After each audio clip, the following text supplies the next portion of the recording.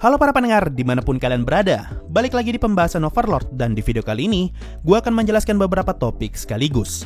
Topik pertama, mari kita bahas siapakah player yang muncul di awal season 1.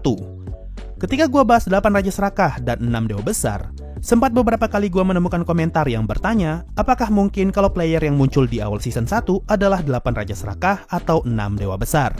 Nah, jawabannya tidak mungkin.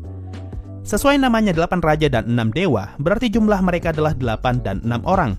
Sedangkan player yang muncul di awal season 1 berjumlah 7 orang. Jadi, tidak mungkin 7 orang player itu adalah 8 Raja Serakah ataupun 6 Dewa Besar. Kalau kalian baca di novel, sama sekali tidak ada bagian yang menceritakan penyerangan 7 orang itu. Bahkan kalau difikirkan, scene ini sebenarnya sangat tidak masuk akal. Untuk apa coba Momonga dan para seprimbing yang lain menyambut 7 orang player yang baru saja sampai di pintu masuk Nazarick? Bahkan bukan cuma disambut, tapi 7 orang player itu pun dikalahkan di tempat itu juga. Padahal kalau kita ngikutin cerita Overlord, tanpa perlu menyambut mereka, para player itu sudah pasti akan mati jika masuk ke dalam Nazarick. Jadi bisa diambil kesimpulan kalau scene ini nggak canon dengan ceritanya, dengan bukti kalau scene ini tidak ada di dalam novel, dan juga scene ini sangat tidak masuk akal kalau kita mempertimbangkan logik di Overlord.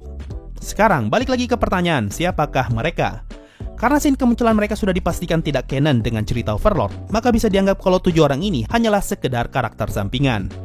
Nah, kalau kalian baca di Overlord Databook 1, 7 orang ini masuk ke dalam kategori player Yggdrasil dengan deskripsi sebagai berikut.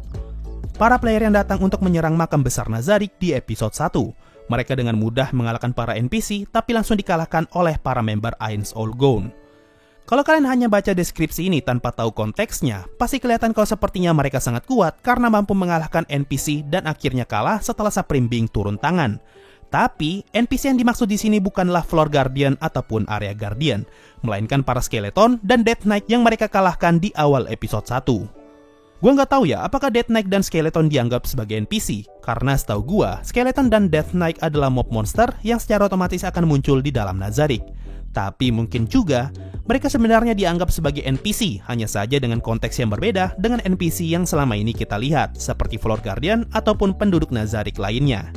Nah, untuk identitas mereka, di dalam Overlord Databook 1 disebutkan kalau player dengan armor merah disebut Warrior Male, lalu player dengan armor pink adalah Warrior Female, lalu orang ini adalah Brawler, lalu yang pakai tudung adalah Thief, lalu yang bawa kapak adalah Knight, dan 2 orang ini adalah Magic Warrior Male dan Magic Warrior Female.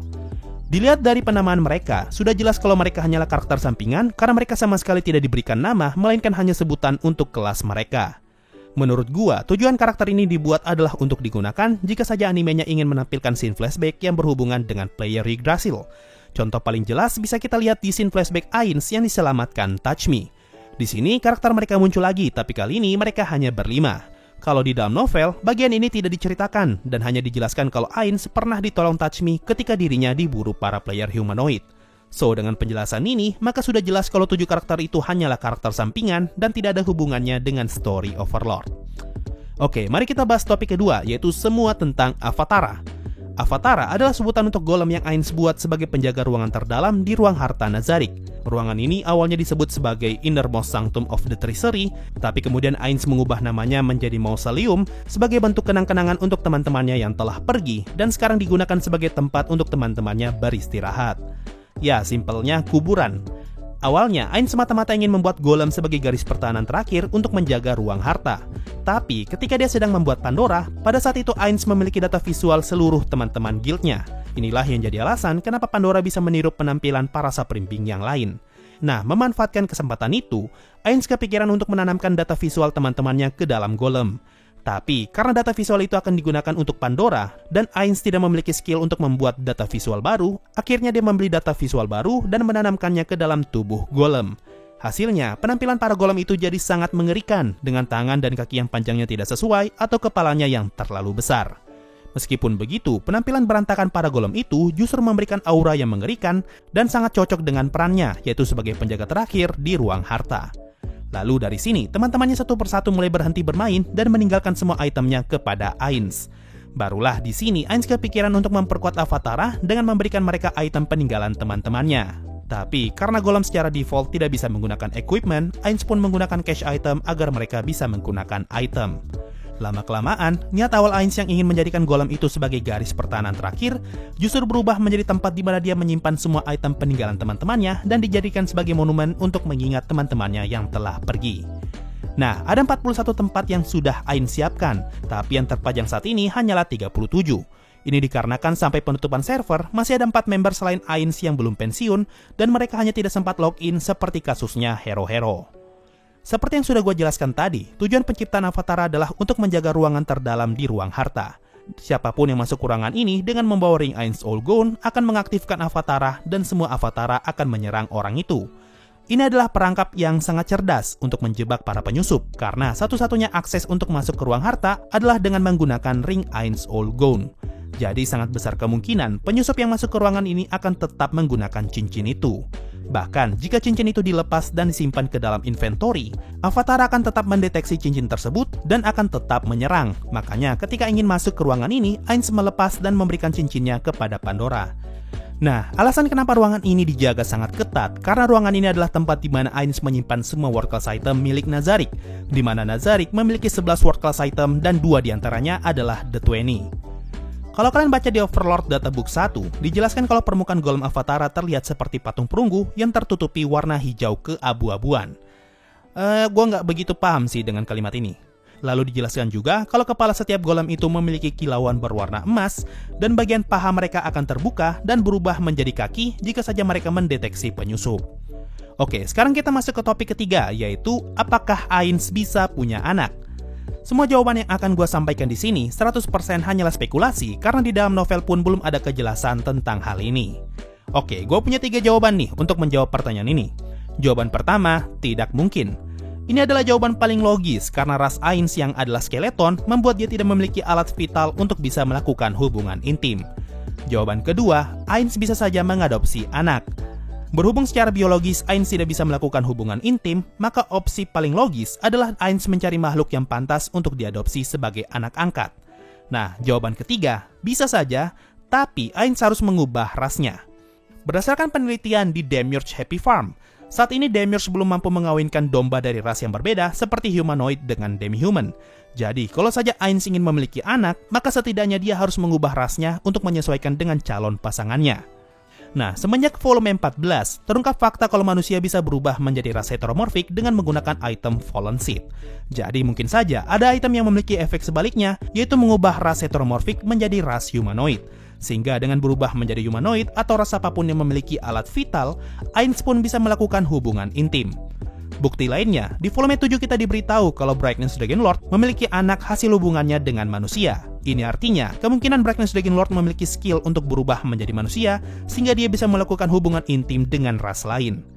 Nah, buat yang nggak tahu, dalam Yggdrasil, ras dragon dianggap sebagai heteromorfik, sehingga dengan fakta ini, membuka kemungkinan kalau heteromorfik bisa saja memiliki anak hasil hubungan dengan humanoid. Kesimpulannya, selama Ainz memiliki item atau skill yang membuat dia bisa mengubah wujud dan rasnya, maka tentu sangat memungkinkan untuk Ainz bisa memiliki anak. Tapi, resiko mengubah ras terlalu besar, bahkan tidak worth it sama sekali.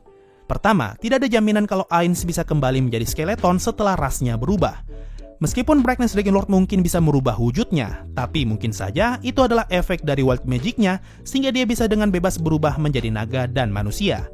Mungkin ada kemungkinan kalau Ainz bisa kembali menjadi heteromorfik dengan menggunakan item Fallen Seed. Tapi itu bukan jaminan kalau Ainz bisa kembali menjadi ras Overlord. Jadi, andaikan Ainz bisa berubah menjadi manusia, maka ada kemungkinan kalau dirinya akan tetap menjadi manusia untuk selamanya.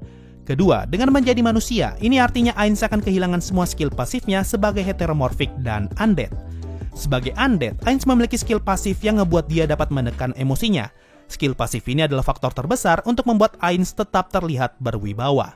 Selain itu, karena masa hidup ras heteromorfik tidak terbatas, hal ini ngebuat Ainz tidak akan mati karena umur. Tapi, kalau saja Ainz berubah menjadi manusia, artinya dia akan kehilangan skill penekan emosi dan dia pasti akan mati karena umur. Selain itu, dengan berubah menjadi manusia, Ainz akan kehilangan semua racial levelnya dan hal ini akan membuat Ainz menjadi sangat lemah.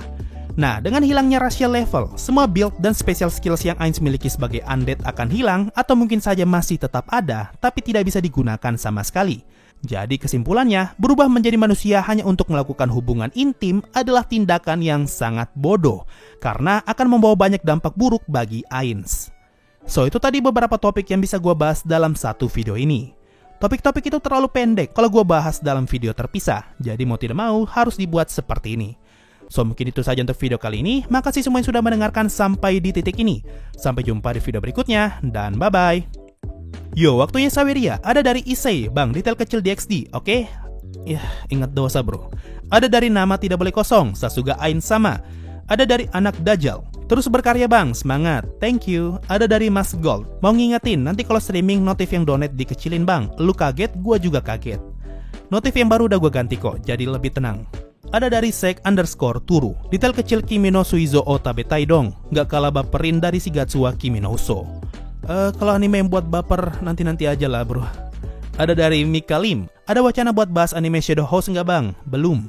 Ada dari Smiral, request detail kecil Keon. Nanti aja bro, nanti. Ada dari Satria B, kedepannya bakal bahas apa kira-kira? Belum tahu, nanti lihat aja.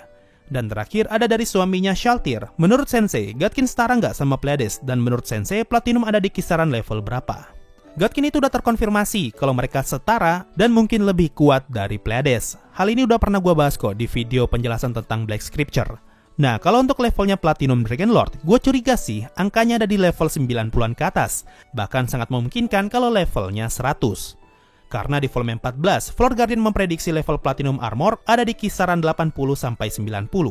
Nah, kalau armornya saja segitu, apalagi tubuh asli Platinum Dragon Lord. So, itu tadi dari Saweria. Makasih semua yang sudah donasi dan gabung jadi membership. Thanks a lot, and bye-bye.